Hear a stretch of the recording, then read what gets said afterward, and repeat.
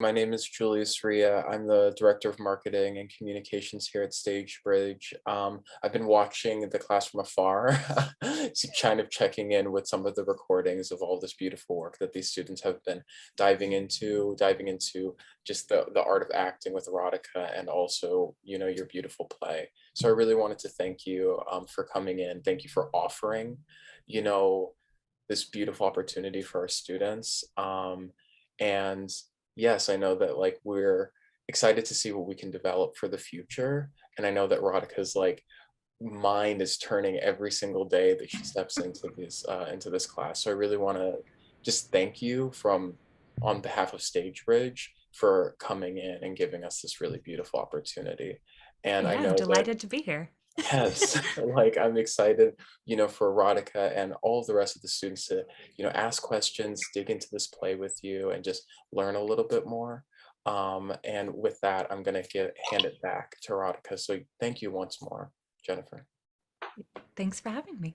Yeah, thank you, Jennifer. I'm so excited to have you back in my life on my Zoom screen. And you're just one of my favorite people and just favorite performers and favorite, writers and just directors and just overall just a great presence and a real treasure in our Bay Area theater, Thank you. The feeling's mutual. Thank you. And so I want to read, Jennifer Le Blanc's bio, before we enter into this conversation to just really highlight and spotlight how accomplished she is. So Jennifer Le Blanc adapted Jane Austen's Persuasion, which received its world premiere at San Jose Stage Company, and Defoe's Moll Flanders, which received its world premiere at Pacific Repertory Theater.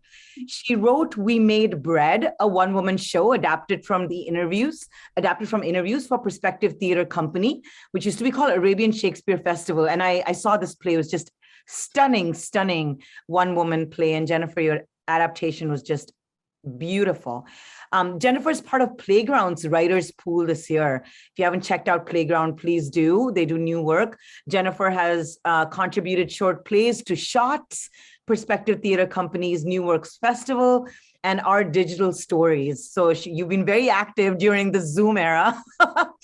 Jennifer is also an actor, a teaching artist, and a director.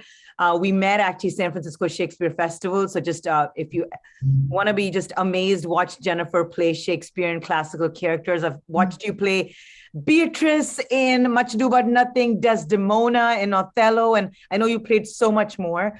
Jennifer received her BA in English Literature from UC Berkeley and her MFA in Acting from National Theatre Conservatory. She is an associate artist with the Perspective Theater Company and Spark. So thank you for joining us. And Jennifer, could you tell us what Spark is? I'm not sure I know. Yeah, Spark is previously the Livermore Shakespeare Festival.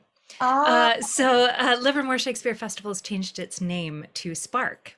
To include more than just Shakespeare in the Vineyard. They're still doing Shakespeare in the Vineyard, but they will be doing more marvelous things. They've got a Science at Play program, which is fantastic. It's taking advantage of all the facts, the scientists in the Livermore area, like the Livermore labs and stuff, and doing science-based plays. So how exciting is that? The nerd in me is so excited. that's incredible. We have somebody So yeah, right Spark is there. just now the new name for Livermore Shakespeare Festival and all the wonderful things they do. Awesome. Thank you so much, Jennifer. So please, Jennifer, I'm going to pass the mic to you, and then we want to just do an open Q&A for folks to ask you a question about the play and your adaptation. So anything you'd like to say, I'd love to pass the mic to you. No, other than I'm so grateful for the invitation. Thank you. And I hope all of you are healthy and happy and enjoying the new year.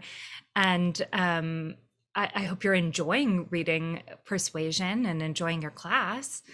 Yeah, I'm, I had the joy of doing a play in December, but for the most part, for the last couple of years, as I'm sure we've all experienced what is happening in the world. There hasn't been as much theater going on as I'm accustomed to, but so I'm very grateful to also wear writing and adapting hats and also wear teaching hats because that's where I've been able to work and to fulfill that heart energy that needs to go somewhere. So I'm grateful for having the other hats. I love acting. It's my primary job is acting.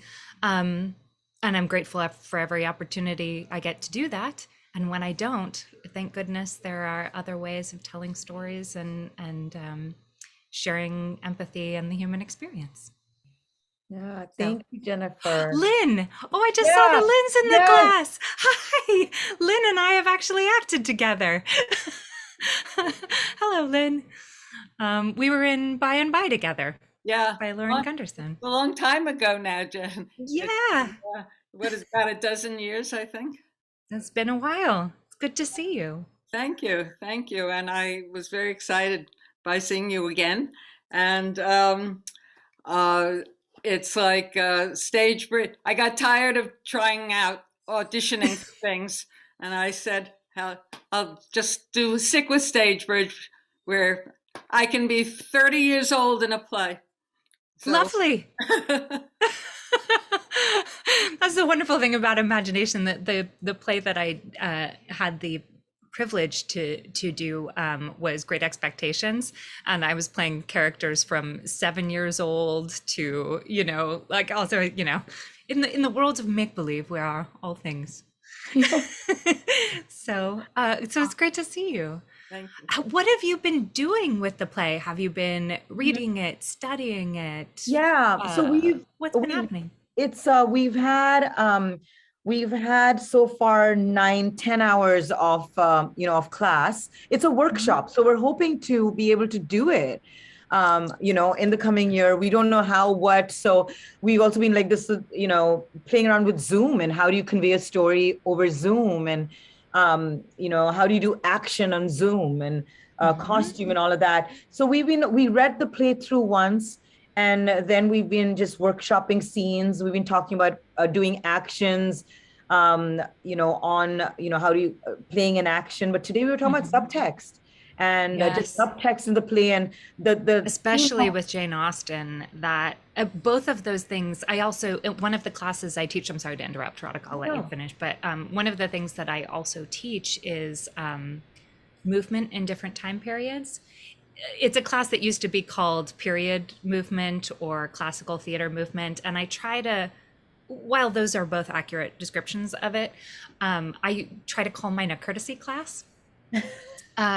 Because what I'm usually teaching for different eras, either the Renaissance era, or in Jane Austen's case, Regency era or Victorian era, is how different people move and behave, but most importantly, why. What the societal expectations were, what the rules of society were, what the stakes are for breaking them, how hierarchies work, and things like that, because it gives you a deeper understanding. And if you're exploring persuasion online, the nice part is, if you are doing it via Zoom, there's, during the Regency era, there's so little physical touching that is permissible anyway, that you kind of have a vocabulary of like, I beg your pardon, sorry, oh dear, you sort of have that sort of like, are we allowed to or are we not allowed to? And with Jane Austen, Radhika, I'm so glad you're teaching subtext, because my other great love is Shakespeare, and so much of Shakespeare is text. And so much of Jane Austen is what we're not allowed to say. Mustn't say that. Like I joke when I'm teaching the class, I assure you, in a Jane Austen novel, if they are talking about the weather, I promise you they are not talking about the weather. They may be talking about any sort of thing, but the weather is certainly not what they are discussing. So anyway, I'm sorry to interrupt, Radhika. No, exactly that. And so we just, today in the morning, not morning, but 1 o'clock, 1 to 2, we looked at the Mary and the Anne scene where Mary's sick, and she's like, and Anne comes to, and Mary's different, like subtext, but Anne just has to be so polite in that scene. Yes. and everything Lovely. that's going on underneath that surface. So, thank you. Your script really brings that subtext out. It's really wonderful. So yeah, that's what we've been doing. Time passes by, and we're a big class, 16 of us. So for everybody to play, like, time passes. But we figured out some kind of, we're toying with the idea, Jennifer, that if we do this as a production, everybody gets to play Anne, because this is 100% female cast. So that, because everybody's Anne, and that Yes. everybody's Anne, and that some people, there might be multiple Wentworths, because those are the ones that are still, but then everybody's revolving. And that everybody gets to play Anne and or Wentworth and one more character, so we might play around. And of course that Love would it. be, you with your permission and blessing, and, we would like run that by you. But I think it's genius. it's the teaching artist brain, but because Yeah. everybody's reading Anne with such a different flavor, with such a Yes. different, and it's just so fascinating, the I am Anne. And who said something? Somebody said, I am woman, or somebody made a joke like that. Remember? It was Denise who was like, I am woman. Denise, I'm stealing it. I'm stealing it whenever I talk about that play. Brilliant. So good. So I think that's the beauty of workshopping, is that ideas like this are popping. So very much we're I creating think this. also you've probably picked up on this, Radhika, because you're so smart. But you'll also notice at the beginning of the play that I mentioned the original production's doubling. Yeah. And so you guys have probably perceived in your reading that there is, Anne and Wentworth don't double. Wentworth could double. He could double with Shepherd if you needed to. But Anne, if you were to do the doubling, wouldn't. But the doubling has a logic to it, if you will. Yeah. There is a reason why, and it's not just like because this person's off stage, although that's accurate too. It is also true that I person appreciate that will be you off thought stage. through it. Yeah. But also the people play their polar opposite. Mhm. So, a person like Sir Walter Elliot, who is all about hierarchy and how do I look and society and snobbery, right? His opposite is Admiral Croft, who doesn't care about the society rules, doesn't care about how he looks, is just thinks all that stuff is ludicrous. And that all of the characters doubling most of the characters doubling will reference the other person they play. And so one of the reasons that Admiral Croft says, like, oh, I hope you don't mind, Anne, we got rid of all those mirrors in your father's house. Like, one really couldn't get away from looking at oneself. There's sort of so if the audience is experiencing that doubling, they get to go like, that's the guy. Like, there's characters don't like each other. But what I love about your idea, Radhika, and I think it's brilliant, is that Anne is every woman, but she's also an extremely grounded, or at least in my in my interpretation, you may have different interpretations. She's a very grounded, natural character, and she's surrounded by a world of just absurdly wacky people. Like everyone else in the play, even Wentworth in his own way is a form of extremity. She's sort of like the eye of the storm, with just things whirling about her and very odd character quirks around her. So if you're doubling as Anne and some other character, it could be quite clear who you are at any given moment, because there is something grounding about Anne, and all of your other characters can kind of be atop, spinning around. That's how I love that idea. We saw it, and I totally recognize the genius of the double casting. We're a big cast. We have the, so That's we great. we have to split instead of great. double. But it's so wonderful. Yeah, really. But because you're an actor, and you gave each of the actors in your original cast you give them the juiciness of playing opposites, which playwrights are usually not that generous. They don't think about actors or who's going to get how many lines. Like, they don't think about that. But Well, and the other thing about that's nice, about the gift of having such a big cast and the gift of everyone being able to play, and is that everyone's going to get juicy role to play. Yeah. Yeah. Thank you, Jennifer. I want to open up the floor for questions or comments or just exultations, whatever that you have for our playwright. Yes, Nancy. And then Lynn. I'm going to put if I see hands, I'll put the order in the chat. And please do unmute yourself before you speak. Thank you. Yeah. So hi, Jennifer. Thank you so much for being here with us. Hi. Just great to have you here. And I know I think everybody's really enjoyed reading the play. It's been a great experience to be able to act a little bit for the play right now, and then we hope to continue. One question that came up the other day we were talking about was, when you talk about your interpretation. So my assumption in reading the play was that the play is really based on how you see the story. Mm-hmm. Yeah. Because there's a lot of discussion about, well, how much should I go back to the book and look and see there? Maybe I'll find more there. But it seemed to me that just reading it, that there's so much right there in the play itself that to find that, I sort of felt like I didn't want to do that. I really just wanted to stick with that play.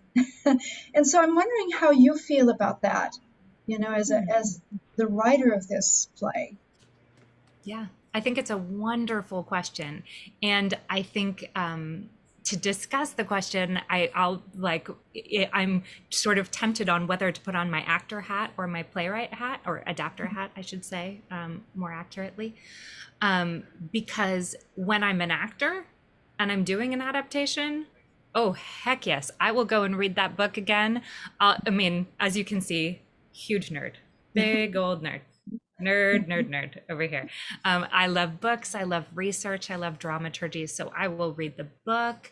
I'll watch every movie of the story possible, because anything that could give me a clue to unlock a door is a gift for me as an actor. But I know other actors who absolutely do not wish to do that. They will not watch every movie. They don't want to hear about other productions. They want to invest themselves. Whatever works for you as an actor, really. For me, seeing other people's interpretations, I'm not tempted to mimic them, because what I will see will inspire a new thought or imagining in me. I'll look at that and go, oh, that's interesting. Where you turned right, I would have turned left. Why? What is it about the script that makes me want to turn left there? And then I'll, make a note of that and explore that. Or, that's a great choice for that interpretation or that production. Won't work in ours, but that's a great idea. What would the equivalent for our production be? Okay. Or like, that person got a laugh there. I just did not even realize that was a joke. Now, yay, they got a laugh. I can't get a laugh that same way, but I could get a different laugh. Now that I understand it's a joke, I could get a different laugh than that. Okay, lovely, So for me, I seek those things out, but that's just because I'm a nerd and I really like doing it. I also know really phenomenal actors who say, no, I am only going to mine what is here on the page, because, and defending that other style, because honestly, that's all there is. Your audience may not have read this book.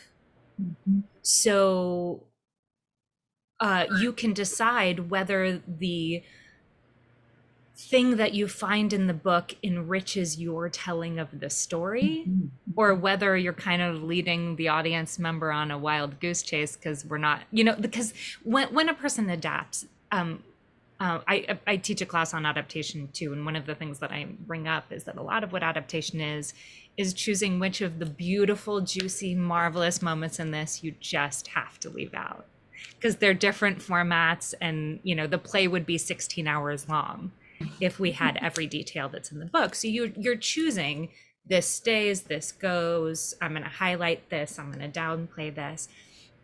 And so if you make an acting choice that is referred to in the book but never makes it into the play, it can either greatly enrich the performance or can confuse the audience.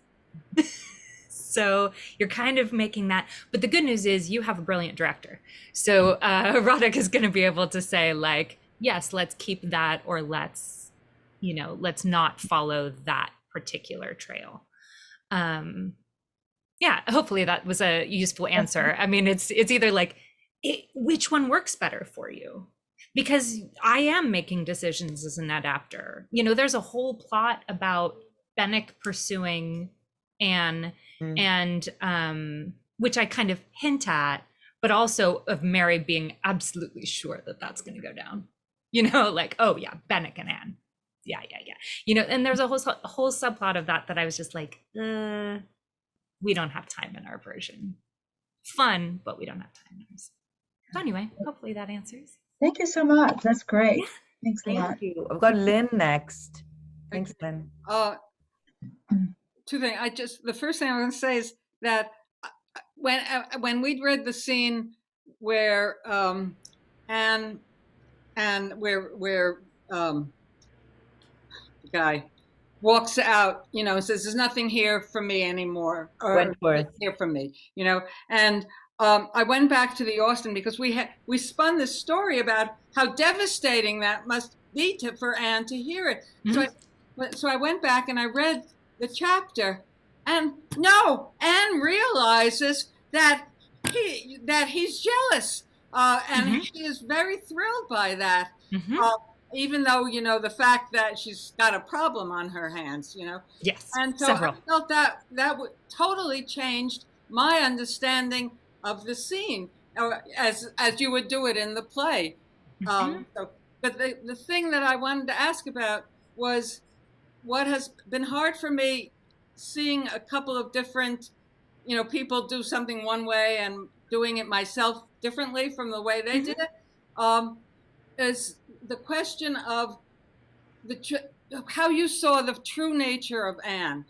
Is mm-hmm. Anne is obviously very competent. She tells everybody what to do when there's mm-hmm. a crisis. But is she genuinely sweet so that she understands Mary and Mary's needs, and the fact mm-hmm. that,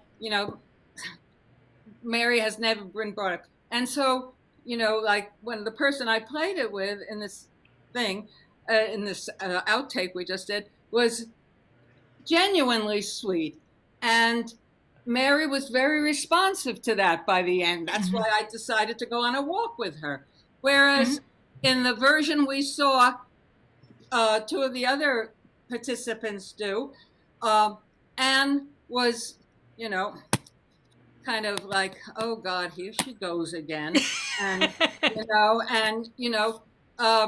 she acted sweet, but as an outsider, you could see that her inner thoughts were not so sweet. So I was wondering what your take was on what my take on it. I absolutely adore this question, especially knowing that Radhika may be sharing the Anne wealth around, because I'm going to give the world's most unsatisfying answer.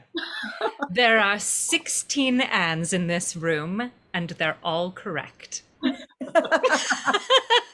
that the worst answer? Like, thanks, Jen. Not helpful at all. Yeah. But I can very much see both working, because on the one hand, we know from the text that Anne's behavior is sweet, no matter what, right? Like, she knows that Louisa loves or is falling for Wentworth, and she absolutely could work to stop that, and she doesn't. The thing that will break her heart more than anything, and she not only doesn't get in the way, she practically helps.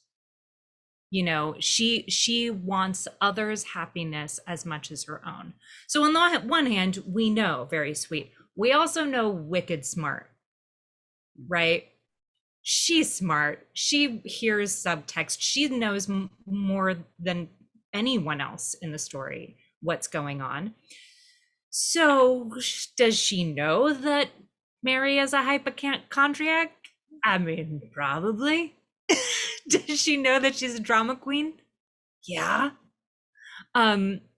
So I think it's interesting how your Anne, and by your I mean all of your, by how all of your Anne responds to a situation will actually reflect more, and this is a funny way of thinking about it, but in my opinion, will reflect more about the other character than you might think. So for example, how obvious Anne is if she is at all frustrated with Mary. You know, if she's going like, oh, she's all right, Mary, fine, Mary, fine. Look, I'll do the thing. Will inform the audience about Mary. Because if Mary is accepting grudging kindness, that's different than if Anne is just all heart and actually caring for Mary, right? But if Mary is perceiving that Anne is only doing it grudgingly and she still accepts it, that tells me something about Mary. Or is Mary so oblivious that Anne can roll her eyeballs and sigh and just be like, oh my God, really, Mary? And Mary is so phenomenally oblivious that she's like, I know, it's terrible, right? Thank you for pitying me. You know, like it's actually how Anne navigates this indicates how perceptive the people around her are. So it's kind of a dance, you know, what do we want to say about Mary's character? What do we want to say about Anne's character? And in my opinion, both interpretations work. It also, you know, well, Lynn, you've acted with me and Radhika's seen my work. I also love complicated choices. I'm a big fan of them. So I love the idea of Anne changing monumentally over the story. So perhaps the Anne who bumps into Mary in the first time we see Mary sick is fundamentally different than Anne interacting with Mary when Louisa's sick. You know, maybe she has one feeling about Mary's illness when it can only affect Mary. But when it's Mary's sons who've fallen out of the tree, maybe she has a different opinion about it when it's Louisa who could very well die. Mm-hmm. You know? Not a helpful answer at all. Very helpful, Jennifer. Very helpful. No, very helpful. I mean, how does Anne change in what aspects? And especially if there's 16 Annes, how do we see that evolution of Anne? And I think part of it is that before the story even begins, Anne's been bulldozed, right, by Lady Russell and by everybody else. And that's we're in this predicament of the book and the play because she hasn't had a voice, and I see her gaining that voice. And yeah, for sure. And I think it's also true of why I never intended to be an adapter. I should tell you, this was an unlooked for and exciting adventure that happened to me. I'm an actor first and foremost. I just think it's hilarious that I ended up writing. But one of the reasons that I write is wanting to show complex women specifically on stage. And the thing that makes, one of the reasons I love this idea, Radhika, is that to borrow from Whitman, ironically, we contain multitudes. So, you know, a woman can be sweet and she can be angry and she can be spiteful and she can also be generous. She can be all of those things. And we have for, you know, centuries accepted that in male stories, but we don't often get to see all of that complexity in female characters, or I should say not as often as I would like. So, yeah. Thank you.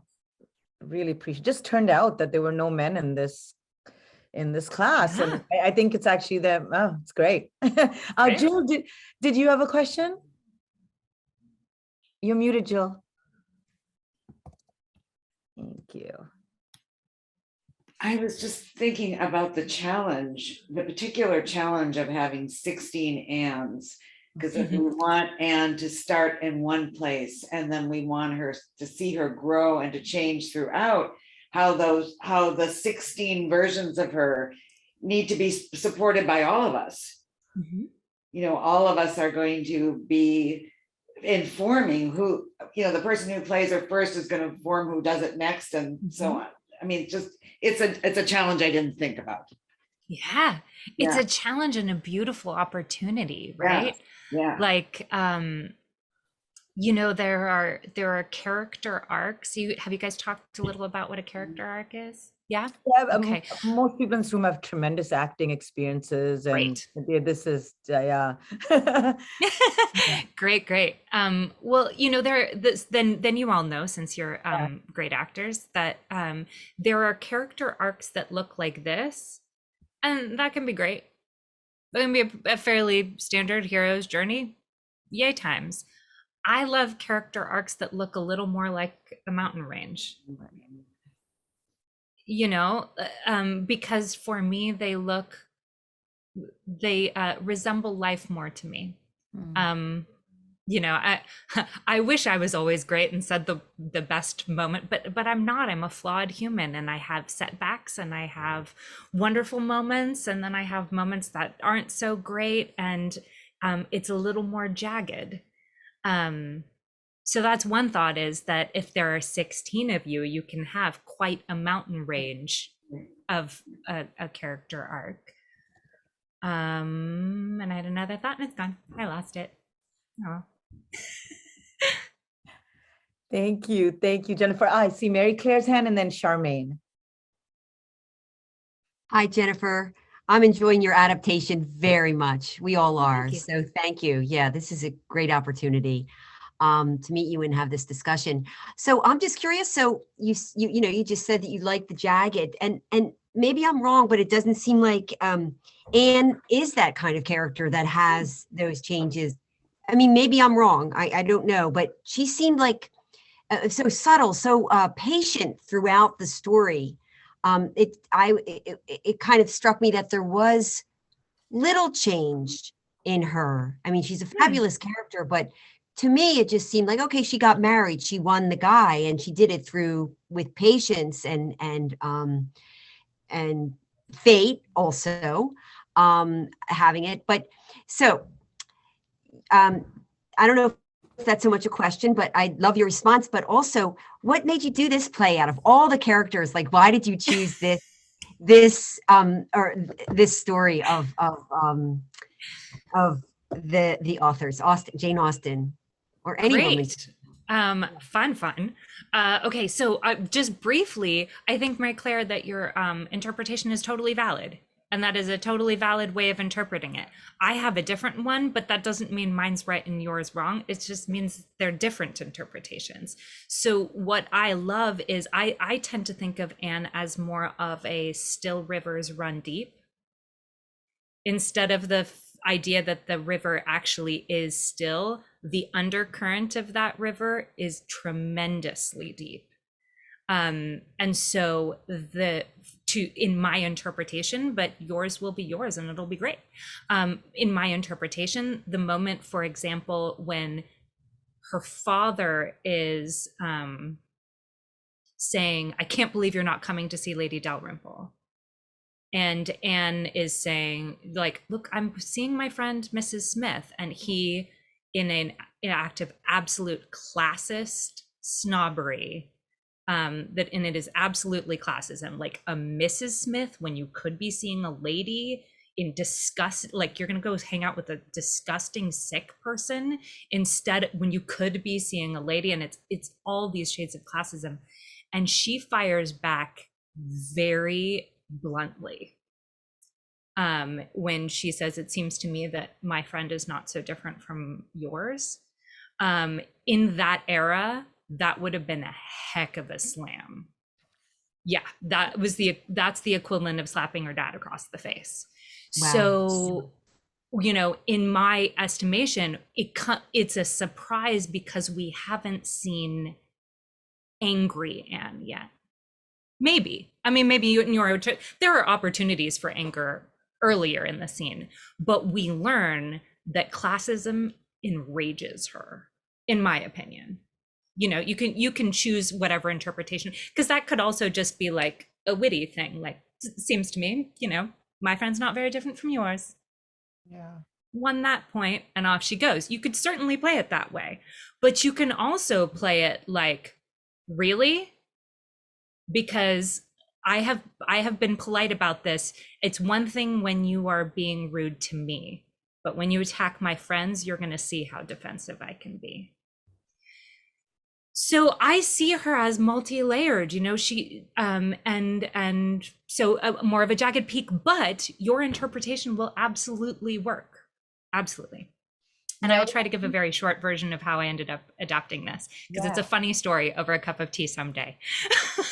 but there's a longer version of it, but I'll try to tell the short one, which is that I was working in New York, and I was memorizing a line for as an actor. I was in a couple weeks going to start rehearsals for Sense and Sensibility. Different adaptation, completely lovely adaptation. And a friend of mine who runs a humanities organization and I were on the phone. His humanities organization was in Oregon, and he needed a fundraiser. And we were brainstorming about possible fundraisers for a humanities organization, which I would write huge checks to if I wasn't a theater person. So I was like, I want to support you, but I don't have the big check I'd love to send you. Let's brainstorm about fundraisers. And we had all these ideas, and I'm sitting there looking at my script that I'm supposed to be memorizing. And I went, oh, do you know what you should do? You should adapt a Jane Austen novel. Oh my God, people love them. We haven't even started rehearsals yet, and the theater company where I'm doing this is like half sold out because people love Jane Austen. So grab a Jane Austen, do an adaptation, and do a reading of it as a fundraiser, because people will come out of the woodwork for that. Yeah, that's what you should do. And he was like, oh my God, that's great. You used to be an English major before you got into acting. What, why don't you write one? And I was like, because I don't write. Like, I've never taken a playwriting class in my life. I have no idea. I wouldn't know what the heck I was doing. I don't know. No, I act. And then funny conversation, because my mentor is a brilliant man and he's very funny. And I hung up my phone and I went shopping. And I looked at my text messages and it said, did these dates work for you? And how many actors do you need? And I was like, oh, and during the first conversation, he'd said, you know, what do you think of this Sense and Sensibility adaptation? And I'd said, oh, it's really good. And he was like, why don't you adapt Sense and Sensibility? And I was like, because there's already great adaptations of it. No, you should get someone to adapt Persuasion. That's a sleeper. Like, people who love Jane Austen love Persuasion, but it's not like, it doesn't have Pride and Prejudice name recognition, and it hasn't been adapted as much. So you should get someone to adapt that. Anyway, so I come home later after shopping and I look at my cell phone and there's a text that says, did these dates work for you? And how many actors do you need? And so I just texted back, like, for what? And he goes, for your adaptation of Persuasion, because I just announced it. And I was like, what? I called him back and I was like, what are you doing? Randall, what are you doing?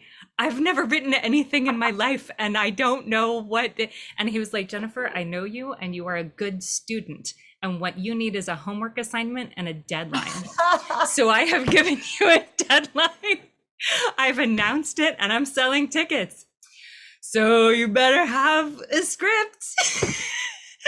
And I just cackled and was like, okay, this is not my fault if it's bad and it flops. I will take no blame for this. How long did you and he's have? like, and he goes, well, I dare you. And I had 6 months, but 6 months while I'm in rehearsals for another play, which, since you are all actors, you will know that's like, where, what? When is this gonna happen? And he goes, look, if you're too scared, I'll cancel it, but you're right, it's selling out. You better get writing. And so I went and picked up this copy at the Strand and began frantically reading it and highlighting it and writing it.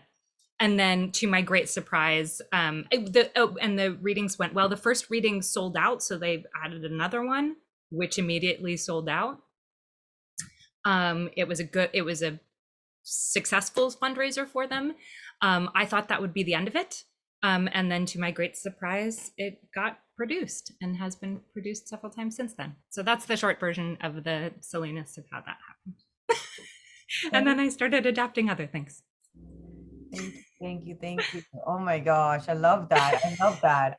I'm so much like that. Such fortune. Thank you. Yeah. Charmaine, I want to pass the mic to you. Thank you. Oh my God is right. So I think, I don't know my version, but I think this question has occurred to all of us, but here's my version of it. Your choice as to what to include in the narrative versus the dialogue. I haven't studied it carefully, your play, but it seems to me sometimes I've noticed that it's actually descriptive, of either events or surroundings or whatever. And sometimes it's inner dialogue. At least a couple times I've noticed that it's what especially Anne is thinking. And something that Radhika gave us to look at, something popped up on the side, and I was listening to Dr. Octavia Cox give some examples from the book about the invention, about Austen's invention of inner dialogue in this book.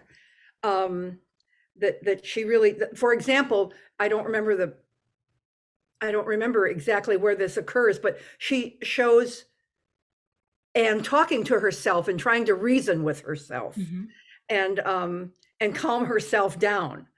And I was persuaded by that. And so anyway, so I'm just curious, broadly, how did you decide on this convention? And more specifically, what did you decide to include in it? And if there's any thought, and I'm sure there is, some thinking about how to reveal Anne's inner dialogue. Such a good question, and like multiple answers. So on the one, how did it end up happening? That original reading was a very different format. I didn't have any of the narration. And in our initial readings, I had a frame story of a maid who didn't know the family history and was being filled in by a housekeeper, which was very fun in the initial reading, but there was no narration early on. And in the first production, I was working with the director, Ken Kelleher, who is wonderful. And he proposed ditching the frame story and instead putting in these little moments of narration. So very practically speaking, that's how it came about. It was part of the collaboration with the first director. And I think it was right. It was a strong addition. So theater's collaborative, yay. So that was great. But to answer your question, there is a couple of reasons for how the narration is structured. So I think it's a wonderful question. One is that when you're in a novel or in a movie, you can jump place and time very, very easily. Flash forward, flash back. In a movie, you're just in a new location. In a play, you have the options of set changes, which is expensive and time consuming and slows down the story as much as I love set design. And I love set design. But I chose to do more Shakespearean conventions because the characters in this novel travel to so many places that trying to realistically create them would be either, you know, you need to have Oregon Shakespeare Festival or Broadway level budget to make that happen, right? Or you're going to be taking, you know, an hour to do a set change to create the cob. So that's not really a possibility. So with Shakespearean conventions, if you notice at the beginning of any Shakespeare scene, those of you who've done Shakespeare, like usually the first lines are something like, ah, how cold the night air is in the forest with the moonlight tipping the treetops, right? And the reason is because they're not doing set changes. The only way the audience is going to know where the heck they are or when the heck it is those first few lines. Now, could I have embedded that in dialogue? Don't forget your shawl, Anne. It is, after all, cold in the forest. Like, yes, I could have done that. But I also wanted to remind the audience that they're watching a novel come to life. And so doing it as narration reminds them that the initial format of this was that novel you love. Wow. So adding the narration does that. It sets time and place, but it also gives whichever character is speaking the narration at the time the opportunity to have an opinion about that. So it's not always Anne. Sometimes it's Henrietta saying this. So is Henrietta excited about going for a walk, or does Henrietta not want to go for a walk? She has a character opportunity, and during that character opportunity, we are establishing time and place. Also, specifically when it's Anne's narration, this novel had a very specific challenge, which is that for most of the book early on, she says very little. She has feelings the size of Mount Vesuvius and no words to express them. Well, that's lovely in a novel, but it ain't great theater. That's a lot to put on your actor, and it doesn't, you know, like no matter how much the actor feels, the audience isn't gonna get that if it isn't spoken. So the opportunity Anne has, whose life at the beginning of the story is so internal, to share what her landscape is during narration. So that's the Anne arc. Wow, thank you.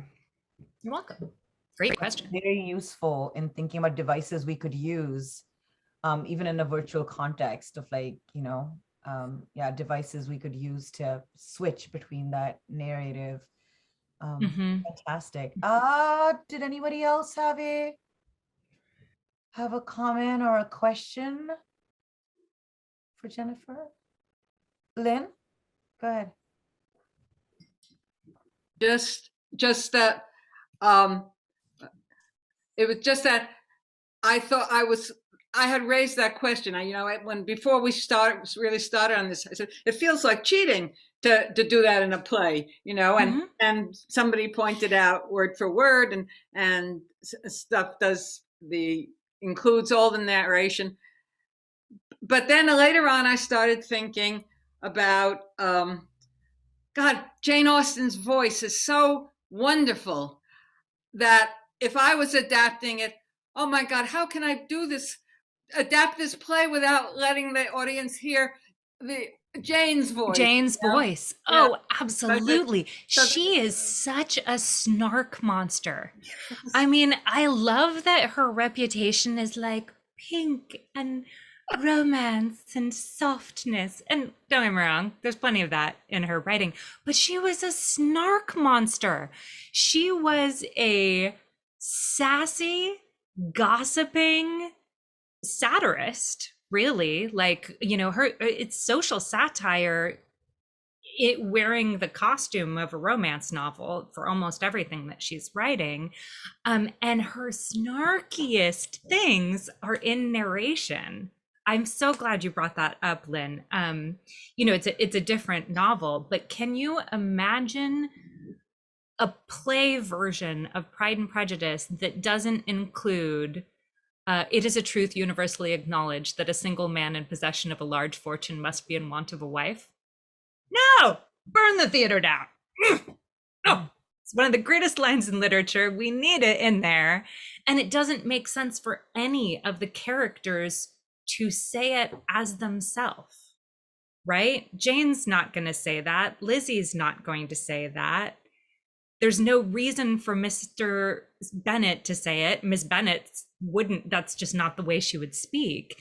So we need a narrative voice to share that tongue-in-cheek wit that she is known for. So I think that's a great observation. Jill, were you going to say something? Oh, I can't hear you. Sorry. Unmute yourself. I was just giving a thumbs up to what you said. Oh, great. Do people have favorite scenes or moments or characters or things that are kind of unsettling or things they don't like? That's okay too. You share the stuff you don't like.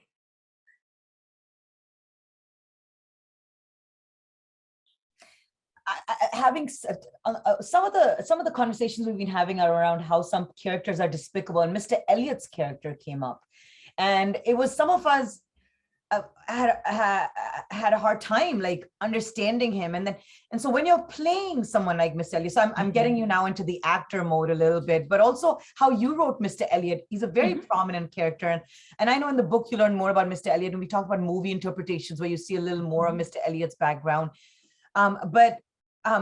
yeah, those are there any unforgivable characters, you know, in this play, and as an actor when you play them? So there's two parts. One is as a writer, but then as an actor, like, yeah, how do you get into those characters that you start off hating or, you know, judging? Yeah. Oh, I love this. I love this question. So as an actor, I am a ham. And I absolutely, like, I love playing subtle, natural, heart, compassion forward actors. I also love playing villains. I find it delightful to play villains. And I have a couple of thoughts about them. First of all, villains differ in different genres. So generally speaking, I would say that in my enjoyment of playing villains, a villain almost never thinks they're a villain. They're right. Everyone else is wrong. They are justified and they are doing it. So the fun key is finding compassion, usually, for the villain and figuring out why they're making the choices they are. But you know, a lot of acting schools will definitely teach you cannot judge your character. And I would just modify that to say, I can't judge the character while I'm playing them. But Jen can judge the heck out of characters and go like, those are not good choices that you made, you know, but while I am playing that person, I have to believe that that's the case. And you do have, as if you are playing a villainous or let's say antagonist role in the story, if you are thwarting the protagonist's goal, you have an obligation to the story, right? So you do have to do the things that will thwart the story. And Austen sometimes writes like despicable characters. I personally find it fun to play despicable characters, but I know that not all actors do. And I will say, particularly with Mr. Elliot, I found in other movie versions that I watched before reading the novel that I was so confused by the Mr. Elliot plot. In so many of the movies, I was like, we'd get to the Mrs. Smith scene and I'm like, aha, this will unlock it. And then I'd watch it and I'd be like, I still don't know what he did. I know we don't like him, but I still don't understand what he's doing. What did he do that was so bad? What? I don't get it. I don't get it. And I'm really immersed in Jane Austen and Regency stuff. And then I was like, I'll understand it when I read it. And then I got to the Mrs. Smith scene and I was like, okay, I'm gonna read it again. Okay, I'm gonna read it again. And again. And it took me to like the fourth reading that I was like, okay.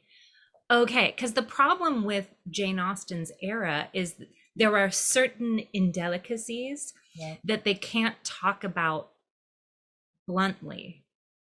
So, for example, I got that he's withholding money that would help Mrs. Smith, and that Mrs. Smith just needs him to write a letter and she could get a bunch of money and be healed.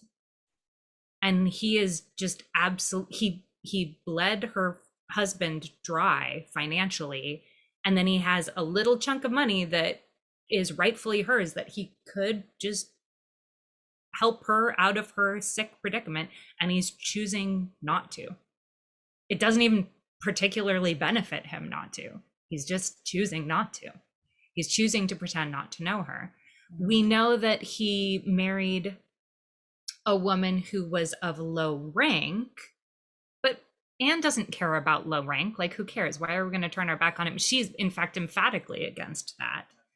However, he married her only for money, treated her terribly, and his assumption was that the reason he was cast out of society was because he didn't have money. And he very quickly learned that in English society, Regency English society, doesn't matter how much money you have, rank is rank. If you are low rank, we don't care how much money you have. He realized how hard it was without money. Without money, you can't buy stuff. That's tough, you know, no matter what rank you are. So he married someone just for money, treated her horribly, but he thought that would get him into society, and it didn't. He is going to get rank from Sir Walter as soon as Sir Walter dies, no matter what. He will get the house and he will get the baronetcy. And so he gets that unless Sir Walter gets a male heir. And that's where Mrs. Clay comes in, because Mrs. Clay is angling for that. Mm-hmm. If she can marry Sir Walter and have an heir, then she gets everything. She can kick all of the Elliot daughters out. The house becomes hers. Her male heir, well, it doesn't become hers, it becomes her son's, but she gets to live there, and she can do. Now, once he gets wind of that, he was otherwise just going to wait until Sir Walter dies. Everyone was hoping he would do the gentlemanly thing and marry Elizabeth, right? Then Elizabeth would get the house, the family would be retained, it would all go great. What's in it for him? He doesn't like Elizabeth. He hates Elizabeth. Hates Elizabeth. Doesn't want to be anywhere near her. But if Mrs. Clay wins, he loses everything. So in order to ingratiate himself, he has to suck up to Sir Walter by pretending he's interested in Elizabeth, but getting Mrs. Clay on the side as a lover to spoil her plot. And so anyway, you all know that you've probably figured it all out. His plan is to keep Mrs. Clay from her plot on the side, pretend he's interested in Elizabeth. Then he accidentally actually falls in love with Anne. Yeah. And he's like, wait a minute, I can get everything. I can get a beautiful, brilliant, actually wonderful person, be the hero that saves the family, get the house, keep Mrs. Clay out of it. I mean, yeah, I'll have to still be her lover on the side, whatever, but that's fine. And then I'll get everything. So this is his plan. And then, but Anne finding out about it thwarts the whole thing. However, in Jane Austen's era, Mrs. Smith just can't say that. She can't say they're having sex. Mrs. Clay and Mr. Elliot are having sex. Like, that is not a thing that can be said. Ergo, we have to have this like way of getting to that. I tried to make it clear in the play. We'll see if that worked, but he has his reasons, right? He has his reasons for doing the things that he does. Society is shutting him out. Yeah. And it's interesting that you use the term irredeemable. I am a person who lives in hope. And the things that for me that are the most interesting are, can we forgive the unforgivable? One of my favorite Shakespeare play, at least as of right now, is Winter's Tale. Can we forgive the unforgivable? And I'm not saying we have to forgive Mr. Elliot. Maybe we don't.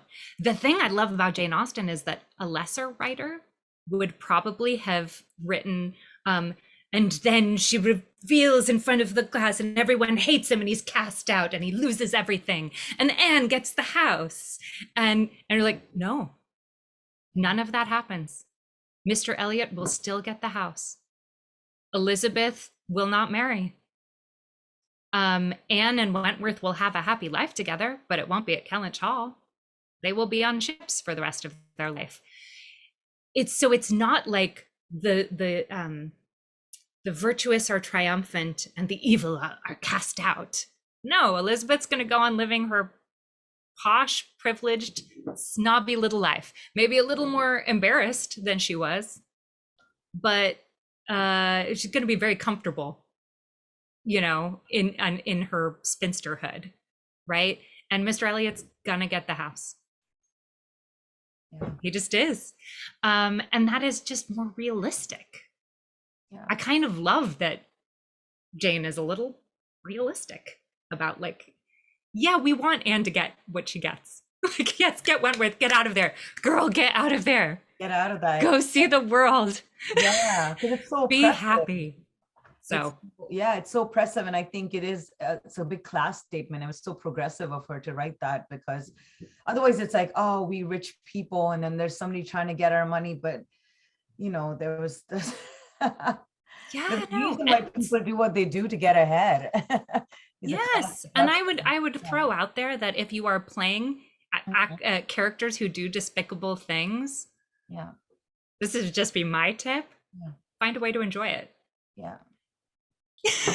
Like, Mary clearly loves being a drama queen. She doesn't do it because anyone's forcing her to. She's like, everyone look at me, you know? So, like, find a way to revel in it. And then when you get to play a different character, enjoy the opposite and enjoy, here's a tip that's really good for Jane Austen. Enjoy judging each other. Yeah. All these characters are so judgmental because I think Jane Austen was a judgy trousers and a bonnet. And so so I think her characters, the good, bad, and in between, judge the heck out of each other. So have fun judging them. Did you call her a judgy what in a bonnet? I'm just writing this because I called her a judgy. I said a judgy trousers and a bonnet. Judgy trousers and a bonnet and snark monster. And a snark monster. A phenomenally brilliant, witty snark monster is what she is, and I love her for it. I love that. It's way beyond 311. Oh, sorry. No. Actually, I wanted to check with you about your time and your space. I have one question for you as we and unless somebody else has a burning question, another one, I definitely do one of this is your space class. Okay. Oh, my question is, why does the play begin and end with Lady Russell? Like, what was your... That is a good question. And when I'm actually entertaining, it worked for the first production really well, because the frame story on the first production was that a Regency party, Jane Austen and many Regency women would, or Regency families, I should say, would in the evening, since they didn't have TV, read.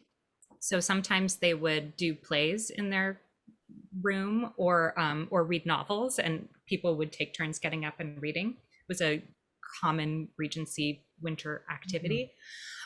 So we started it that way because we wanted to remind people you are seeing a book brought to life.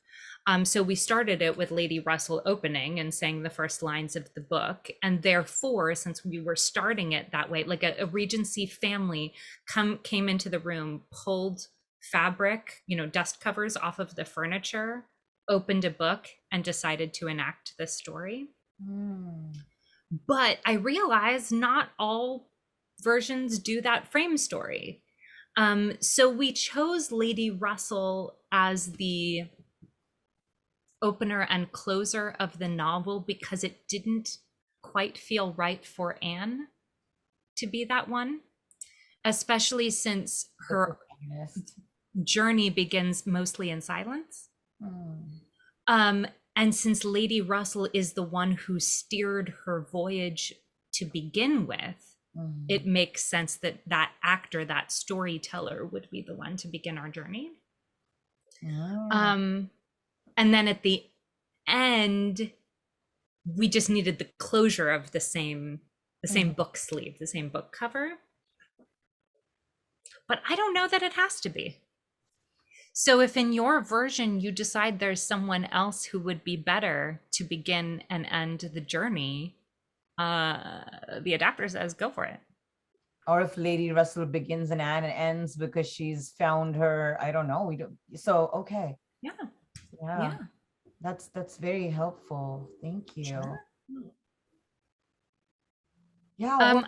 Is there any chance if you guys decide to do a reading of it, may I see it? Yeah. Sure. You mean like in the future, or do you want to hang out right now?